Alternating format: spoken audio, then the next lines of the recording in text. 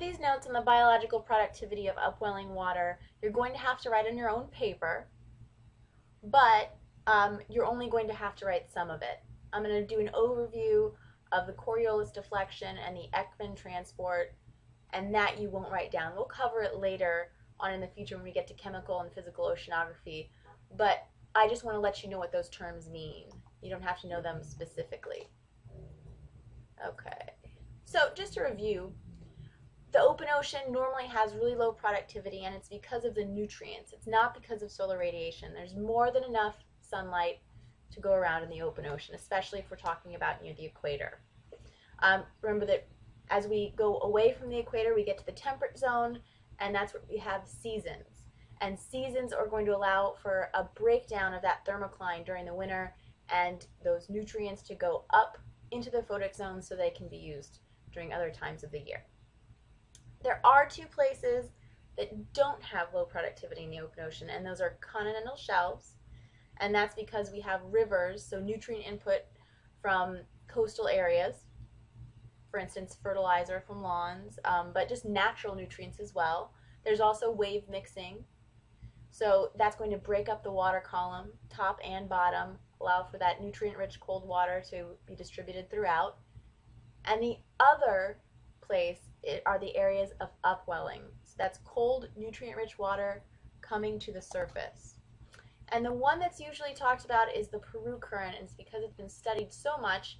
It flows to the north, and it carries really cold water from the south. So it has a low sea surface temperature called SST.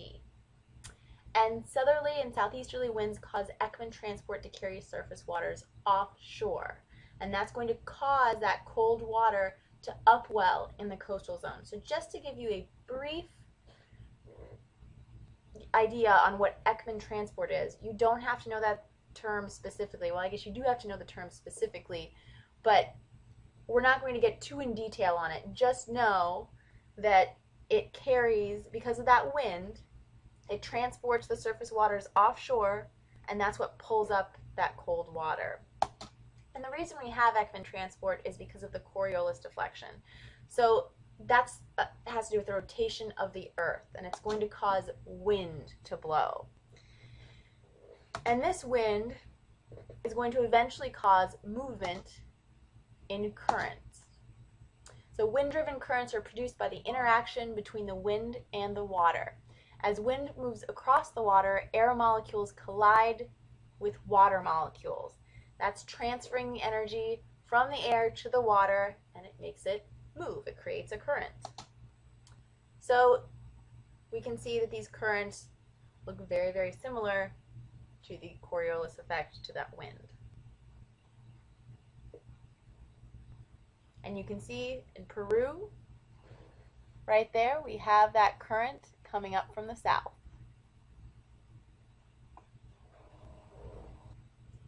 So with time, wind-driven surface water motion extends downward into the water column. Speed decreases, direction changes because of the Coriolis deflection.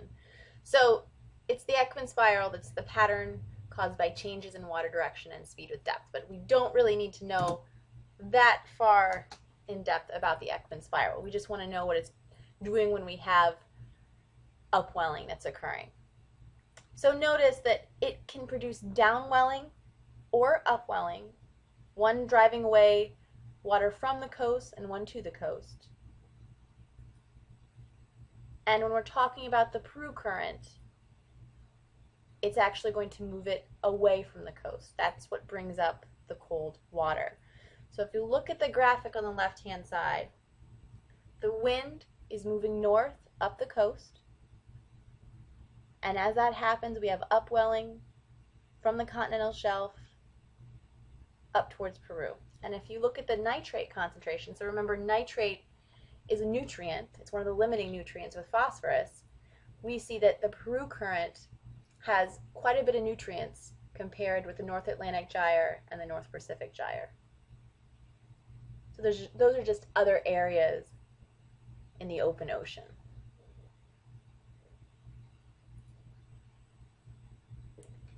And this is the graphic that again explains how this upwelling occurs. So we have a southeast wind, and this is actually from South Africa. This meant to explain the Bengali current. We have that wind coming up. It's pushing that water offshore.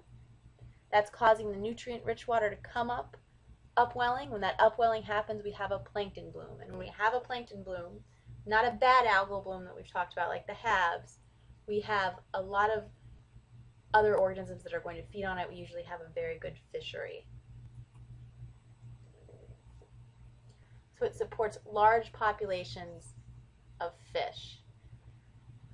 And actually that makes Peru one of the largest fisheries of the anchovy because it has that upwelling. But every 3 to 7 years, warm surface waters in the Pacific displace the cold nutrient-rich water on Peru's shelf, and that's called El Nino. So it's going to have a negative effect on Peru's fishery, and it's going to stop that upwelling.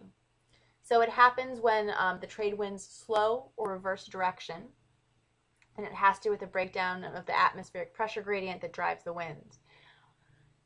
Normal atmospheric pressure gradients and trade wind flow usually resume within 1 to 2 years. But that's a long period of time, and it's going to have a big effect on that fishery. The back and forth changes in atmospheric pressure in the Pacific is called the Southern Oscillation. So sometimes El Nino is referred to as El Nino Southern Oscillation, or ENSO. And El Nino actually means the boy, and the reason is because it usually comes around Christmas. So it's going to cause a huge reduction in fisheries.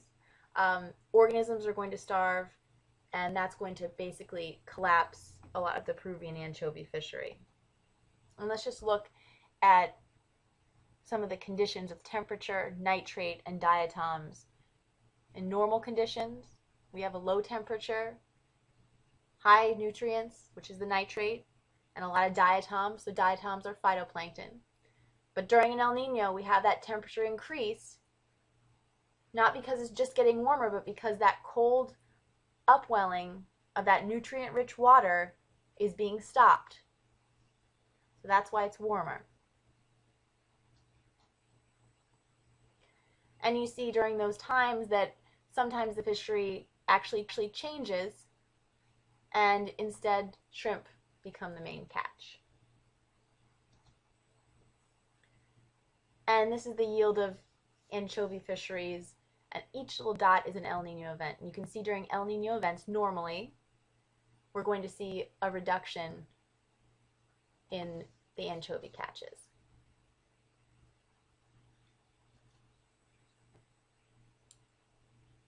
So at the very top, that's showing normal conditions. So we have the trade winds blowing that cold, nutrient-rich water to the surface,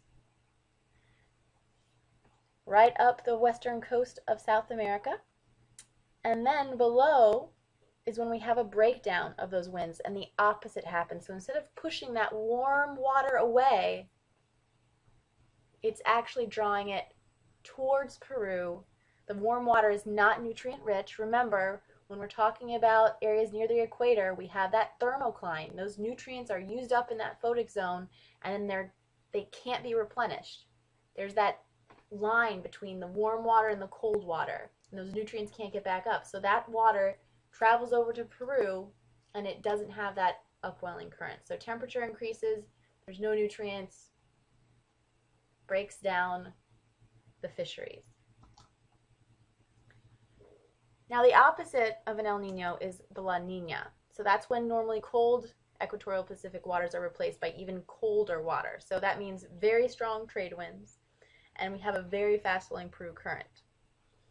It causes heavy rains and flooding in many locations around the globe, and global temperatures tend to be normal below normal.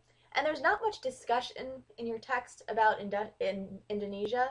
Actually, there's none at all, but that also has a pretty big impact, La Nina and El Nino, on Indonesia, because it causes that change.